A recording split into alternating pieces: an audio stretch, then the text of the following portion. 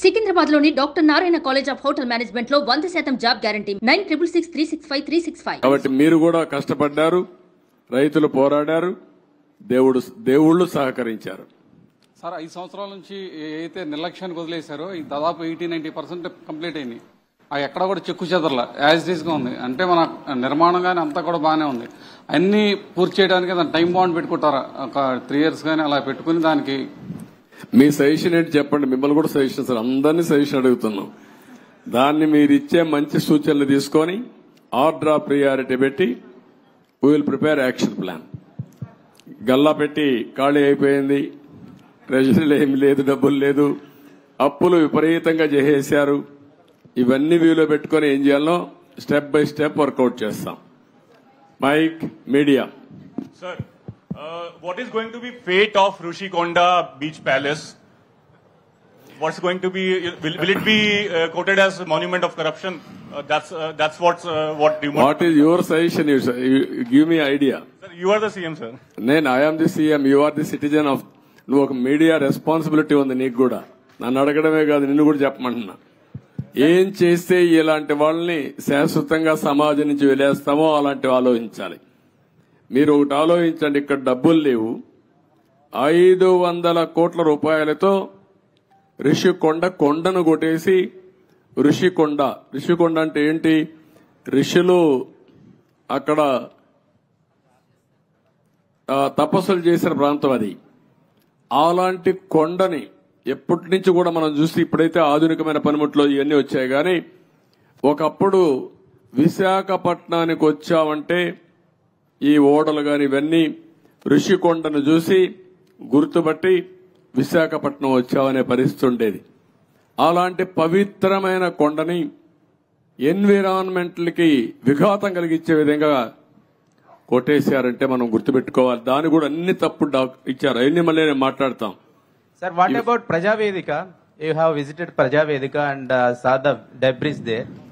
Are you going to remove the debris and reconstruct the Prajavedika same place, or are you going to make it as a museum? ఏం చేయాలి నువ్వు చెప్పు. నువ్వు నిన్ను అడిగితే మీరంతా ఏంటంటే నన్ను క్వశ్చన్స్ అడుగుతున్నారు, నేను మిమ్మల్ని క్వశ్చన్స్ అడుగుతున్నా. ఇప్పుడు మీరు ఆన్సర్ చేయండి. నాకు ఏం చేస్తే బాగుంటుంది.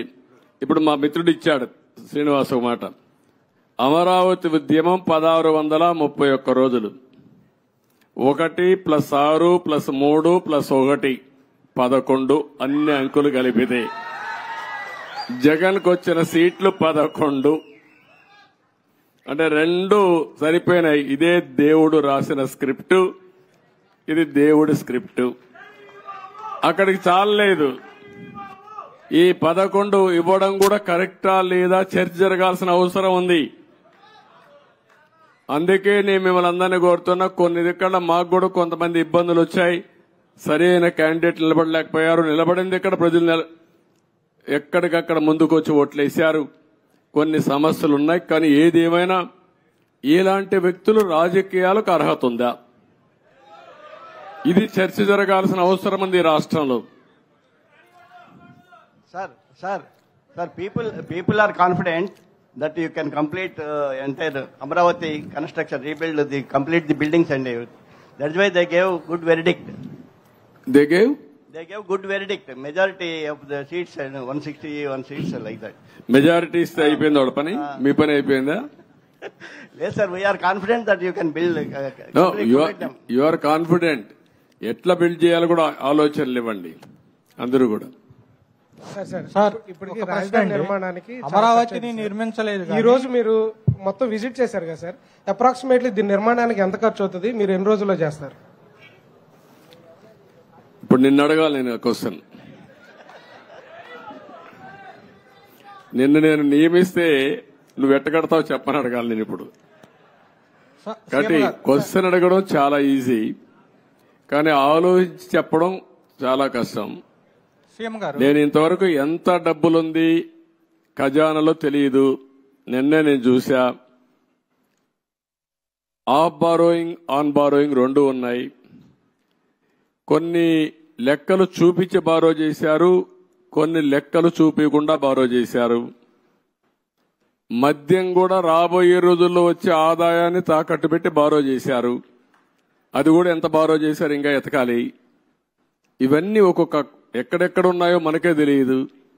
ఇప్పుడు మనం చూసాం ఆఫీసర్లు మొన్నటి వరకు అడ్డదుడ్డంగా సంతకాలు పెట్టిన ఎక్కడున్నారు అడ్రస్ లేరు. ఇప్పుడు చాలా సమస్యలు ఉన్నాయి.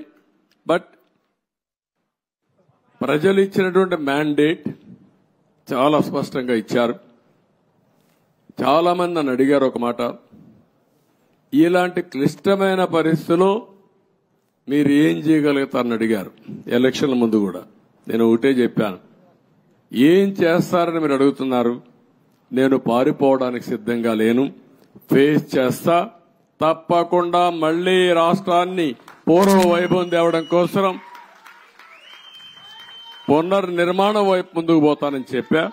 అందుకే నేను అధ్యయనం చేస్తున్నా మీ అందరి ద్వారా. చేసిన తర్వాత అమరావతి కూడా ఏం చేయాలో నిర్దిష్టంగా చెప్తాను, ముందుకెళ్తాం. సుమన్ టీవీలో మీ పర్సనల్ అండ్ బిజినెస్ ప్రమోషన్స్ కోసం కింది నెంబర్కి కాంటాక్ట్ చేయండి.